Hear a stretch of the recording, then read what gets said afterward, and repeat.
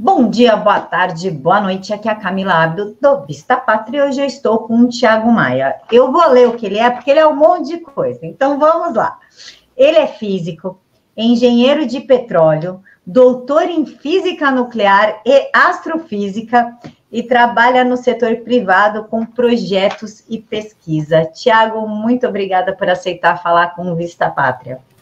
Olá, pessoal, Camila, obrigado pelo convite. Alan, um abraço para você. E amigos do canal Vista Pátria. Sempre um prazer falar aqui para o canal, né? Amigo do Alan já há algum tempo, então estou sempre à disposição para esclarecer qualquer coisa aí dentro da minha área, né? Tiago, vamos falar do presidente Jair Messias Bolsonaro, esse presidente aí polêmico, muito amado pela mídia, aclamado pela mídia. E para variar, a mídia está batendo nele, porque em Tóquio ele disse que a Amazônia precisa ser explorada e que vai abrir para isso. E aí os ambientalistas, os como é que o pessoal fala? Os anarcoambientalistas, e, enfim, os vegetarianos chatos, enfim, os veganistas, entraram em surto por conta disso, estão atacando o Jair, chamando ele de irresponsável, falando que a exploração da Amazônia vai destruir o pulmão do mundo, coisa que já foi comprovado, que pulmão do mundo a Amazônia não é, né? Mas me explica uma coisa, só para acabar com essa pecha, você que realmente entende do assunto, que não é comentarista de Globo News, como é que se daria essa exploração da Amazônia? Caso se dê exploração, como que afetaria o meio ambiente, a vida que depende da Amazônia, e o quão irresponsável o Jair está sendo, tanto na declaração como na intenção de abrir isso? Bom, primeiro vamos só corrigir uma coisa biológica aí, né? Porque o pulmão, ele consome oxigênio, não gera oxigênio, né? Então já tem um erro biológico aí da questão da Amazônia. Né? A Amazônia nunca podia ser pulmão, né? Por causa, primeiro, dessa parte. Então, bom, agora a questão envolvendo no vídeo, né? Sobre a declaração. Eu, particularmente, aprovo totalmente a declaração, tá? Que nós temos que, sim, explorar a Amazônia. Só que as pessoas confundem uma coisa, pessoal. Confundem exploração com devastação. Tá? Você explorar não necessariamente quer dizer que você vai devastar. Esse é um ponto chave para você entender esse assunto. Tá? Esses anarcoambientalistas que ela fala, eu chamo eles de ecoxiitas, né? Então, esses ecoxiitas, o que eles fazem? Eles querem promover um discurso na qual que desenvolvimento é ruim. Tá? Então, primeira coisa, um dado que eu gosto de falar e que eu vou tratar disso aí também no meu canal, é a parte do saneamento. Tá? Então, nós temos o seguinte, a região norte, que é a maior região do nosso país, tá? Somente 10%, com dados de 2019, 10% das pessoas aproximadamente tem acesso a esgoto tratado, a esgoto canalizado, ou seja, ao saneamento. Isso é um absurdo, nós temos isso em pleno 2019, batendo na porta de 2020. Então, como que a gente pode resolver esse problema? Com o desenvolvimento da região. Tá? E você explorar os recursos naturais da Amazônia, você explorar os recursos, não quer dizer que você está acabando com o bioma, não quer dizer que você está acabando com o meio ambiente. Tá? Por quê? É só nós temos uma coisa na ideia, pessoal, uma coisa na cabeça, que o meio ambiente, ele está aí, tá? Ele pode ser explorado, mas com racionalidade. Você não tem que chegar, primeira coisa, você não vai derrubar toda a floresta amazônica, que é impossível isso acontecer de uma hora para outra. Outra coisa, as pessoas não têm noção do tamanho da Amazônia. Tá? O globo terrestre, ele tem aproximadamente 510 milhões de quilômetros quadrados. A Amazônia, com toda a sua exuberância, com todo o seu potencial, com todo o seu tamanho, ela é aproximadamente 1% da superfície do globo terrestre. Tá? Então, esse 1%, ele não vai fazer nada com o clima global, nada com o meio ambiente global, nada com nada. Ela é muito, muito importante, tá, para o seu ambiente local, para o seu bioma local. Então, algumas espécies dependem disso, mas uma coisa, tá, muito importante. Quando você explora, tá? Você pode afetar algum tipo de bioma. Então é isso que entra a inteligência da engenharia florestal, da própria engenharia de Minas. Nós temos os melhores engenheiros florestais do mundo, tá? Então existe como, sim, você explorar uma região, você desenvolver essa região sem acabar com o bioma, sem acabar com a floresta, sem devastar. Agora ficam falando de desmatamento, o desmatamento aumentou, tal. Só que a fonte, né, desse desmatamento não foi dita se ele foi um desmatamento legal ou se foi um desmatamento ilegal, tá? O desmatamento ilegal, ele tem que ser duramente combatido. Toda atividade ilegal, né, naquela região, em qualquer lugar do Brasil, deve ser duramente combatido. Então, pessoal, quando nós falamos de desmatamento, temos que tomar muito cuidado. Tá? Eles falam assim, mas o desmatamento está ligado à falta de chuva. Mentira, água não dá em árvore. Tá? Toda a umidade que chega na floresta amazônica, ela vem do oceano, vem por cima, pelos ventos alísios. Então, a Amazônia, o que ela faz? Ela recicla parte dessa água e joga para cima. Só que a árvore, ela não vai dar água. Tá? Ela não vai gerar chuva. Não é a árvore que faz chover. Tá certo? Tanto é que o professor Molion, ele fez um artigo em 2014 que teve uma seca gigantesca ali no Sudeste, principalmente em São Paulo, né, mostrando que tinha sim umidade na atmosfera para fazer chuva. Só que não tinha, né, os agentes que eram os núcleos de chuva. Então o problema nunca foi umidade. Tá? Então, essa coisa de sem árvore, sem chuva, mentira. Então, pessoal, o que nós temos que fazer? O desenvolvimento racional. Tá? O extrativismo, ele não necessariamente tem que ser predatório. Se você fizer isso de forma racional, você consegue desenvolver a região, você consegue desenvolver o país e consegue também atribuir valor ao produto. Coisa que, por exemplo, as maiores reservas de nióbio do Brasil estão na Amazônia. Tá? E outra coisa, a parte biotecnológica que nós não exploramos ainda com bastante entusiasmo. Essa indústria que pode gerar essa biotecnologia em volta da Amazônia e muitos países estrangeiros, muitas ONGs pesquisam esse troço lá, levam produtos para fora, tá? E fazem a patente lá fora. Então, o produto é da Amazônia, né? O princípio ativo são das nossas terras, mas a patente é feita lá fora. Tá? Isso aí é só uma parte do que acontece na região. Tá? Então, o desenvolvimento da região que sofre com falta de energia, que dependia de energia da Venezuela, isso é um absurdo. Você não pode passar um linhão, né, energético, porque ambientalista vai encher o saco. Você não pode construir uma termoelétrica para alimentar a região, para ela poder crescer. Sem energia a gente não cresce, porque ambientalista vai encher o saco. Então, meus amigos, eu particularmente gosto sempre de falar aqui. Primeira coisa, para desenvolver tem que ter energia. E para desenvolver você tem que ter recurso. E recurso, a Amazônia não falta. E lembrando que explorar não necessariamente é devastar. Tiago, você falou duas coisas aqui que eu gostaria que você tirasse dúvidas. Você usou a palavra bioma. 90% das pessoas vão ouvir isso e vão fazer. Que? Né? Então, explica para a gente o que é o bioma e por que então, na escola, a gente aprende que sem árvore, sem chuva, e você está falando que é mentira. Sim. Então, o bioma, ele é uma unidade biológica, um espaço geográfico, cujas características, né, elas são específicas e definidas, né, por um macroclima local e como se fosse uma fisiologia, né? Vamos falar assim, né, para as pessoas mais entenderem, local como solo, altitude, alguns outros critérios, até como fauna e flora. Né? Então isso aí o bioma amazônico, ele tem uma característica, o bioma cerrado tem outra característica, tá? Então seria assim como uma grande comunidade, né, vivendo ali. Então tentando ser uma forma mais sucinta possível. E por que a árvore não produz chuva, né?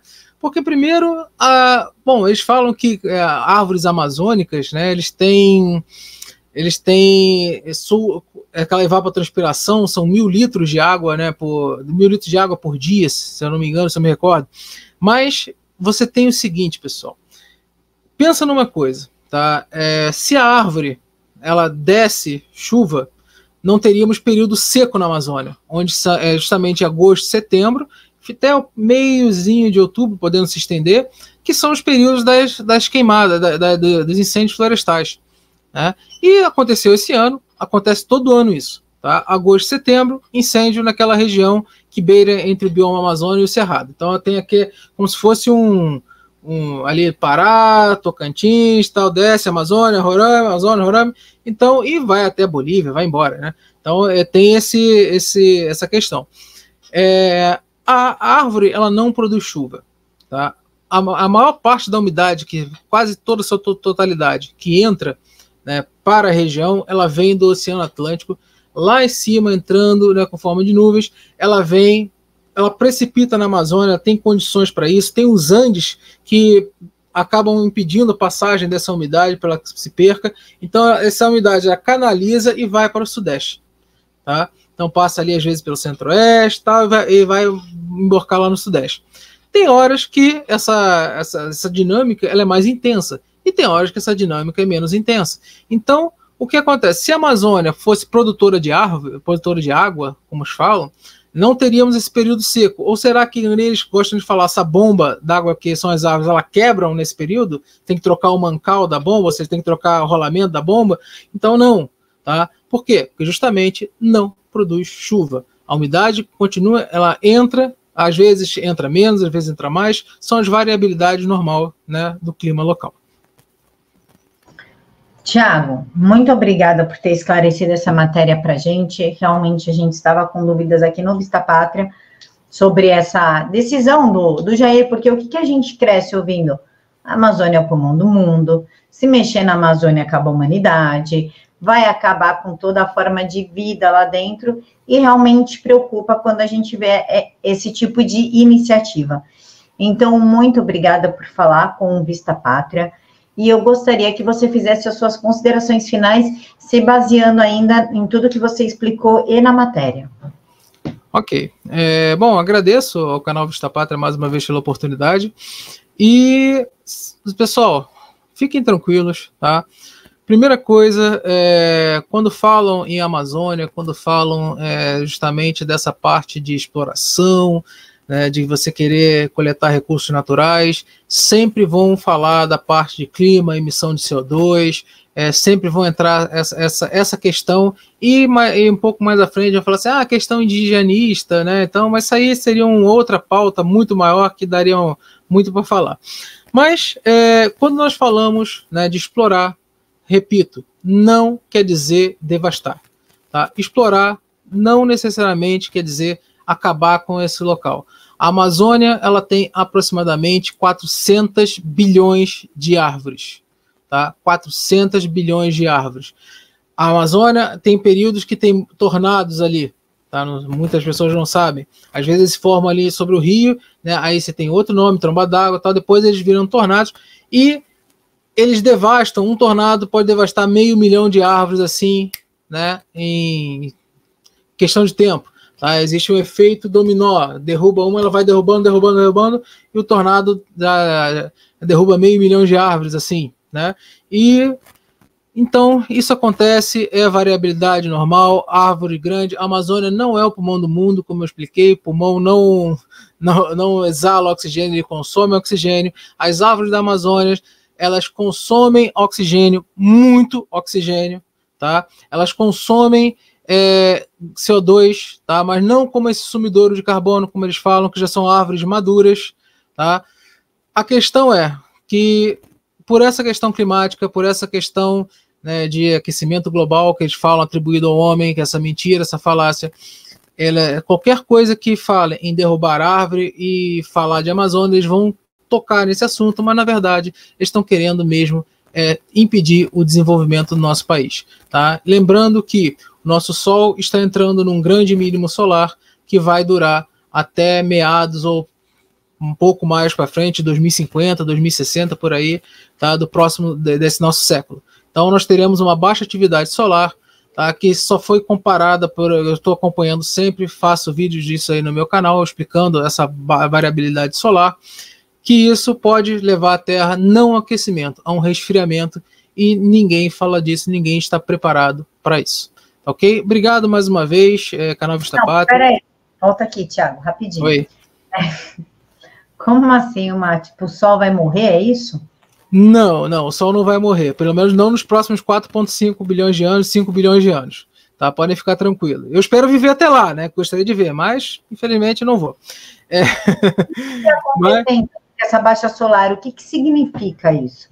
Então, essa variabilidade é natural, tá? Existem alguns ciclos, né, que envolvem o Sol, onde nós temos ciclos de 11 anos, né, o ciclo de Schwab, ciclo de 22 anos, né, o ciclo de Manchas, ciclo de 90 a 115 anos, que é o Gleisberg, ciclo de 200 a 240 anos, ciclo de Vries, tem ciclo de 6.000 anos, 2.300 anos, 179 anos, que é o do Baricentro Solar. Então, o que acontece? Estes ciclos, eles aumentam ou diminuem a atividade solar. Tá? Então, quando eu tenho um Sol, quando você tem uma atividade mais alta, tá? Então você chama de máximo solar. Tá? Só que nos últimos 4.000 anos, esse máximo moderno foi o maior máximo dos últimos 4.000 anos. Então, o grande máximo solar moderno, que aconteceu ali de 1960 para cá, tá? Até 2005, por aí, o Sol estava bem no máximo, e consequência disso, tivemos um aumento da temperatura média global, né? Existem alguns fatores que contribuem para isso, né, do máximo solar, como correntes e cobertura de nuvens. E agora, no mínimo solar, né, você tem o quê? Você vai ter um efeito contrário, onde vai ter aumentar a cobertura de nuvens. Cobertura de nuvens, você está naquele solão, né, parece uma nuvenzinha, você, que beleza, né? Então ela faz essa, como se fosse assim né, dá um escurecimento, né? Menos radiação vai entrar na superfície da Terra, menos vai aquecer. E a questão das correntes, por exemplo, corrente marítima dos oceanos, 71% da superfície terrestre, são um controlador do clima fantástico. Oceano aquece, a Terra aquece. Oceano esfria, a Terra esfria. Tá? Então, atualmente os oceanos estão partindo para uma fase fria. Tá? Então, onde também entra essa questão da corrente? Durante o mínimo solar, observou-se que as correntes frias vindas do norte, elas tendem a ganhar força. E as correntes quentes, elas ficam aprisionadas na zona tropical de baixa latitude e equatorial. Então, nós estamos vendo furacões se formando e ganhando força rápido nessa região, porque está realmente um bolsão quente ali. Tá? E invernos muito rigorosos, por exemplo, nos países do hemisfério norte, né? Europa, Rússia, Estados Unidos. Então, vocês estão vendo essa situação. Tá? E estão atribuindo isso ao aquecimento global. Tá? Então, nada a ver. Isso aí aconteceu no mínimo de Dalton, no século XVIII, aconteceu no mínimo de Mulder, no século XVII, aconteceu no mínimo de Spurrier, no século XV. Tá? Então, isso outros mínimos também, que já estão bem datados, isso acontece, vai acontecer de novo e está acontecendo agora. E eles falam com isso que as correntes marinhas estão diminuindo de velocidade. Não é, porque as de cima estão ganhando força, empurrando e mantendo, por exemplo, a corrente do Golfo, que leva calor para a Europa. Tá? Então, eles atribuem isso ao derretimento do Ártico, mas não tem nada a ver com isso. Que bom. Graças a Deus vai todo mundo ficar vivo, então ninguém vai morrer nem frito, nem congelado, nem sem sol, nem sem nada. Graças a Deus. Não vai ter esse tipo de coisa. Lembrando, né, que se eu tivesse o poder, né, assim, olha, Tiago, você tem um botãozinho climático. Você pode girar para um lado ser aquecimento, para o lado ser resfriamento. Eu giraria sempre para o lado do aquecimento. Tá? O tempo frio, toda a história da humanidade, do nosso planeta, né, milhões de anos de história, mostra que sempre que o período foi mais quente, a vida prosperou mais. Bom saber disso, ainda bem que eu gosto de calor mesmo. 40 graus na sombra tá eu já prefiro, né, um friozinho fora do sol, né, com essa minha, né, carioca da Clara, né, que da gema, né? Tiago, muito obrigada pela sua disponibilidade. Pessoal, muito obrigada por ter nos acompanhado até aqui. As redes sociais do Tiago, incluindo o canal, estão aqui na caixa de informações. Sigam o Tiago, pelo menos a gente consegue começar a quebrar a narrativa aí dos ecochatos, tá bom?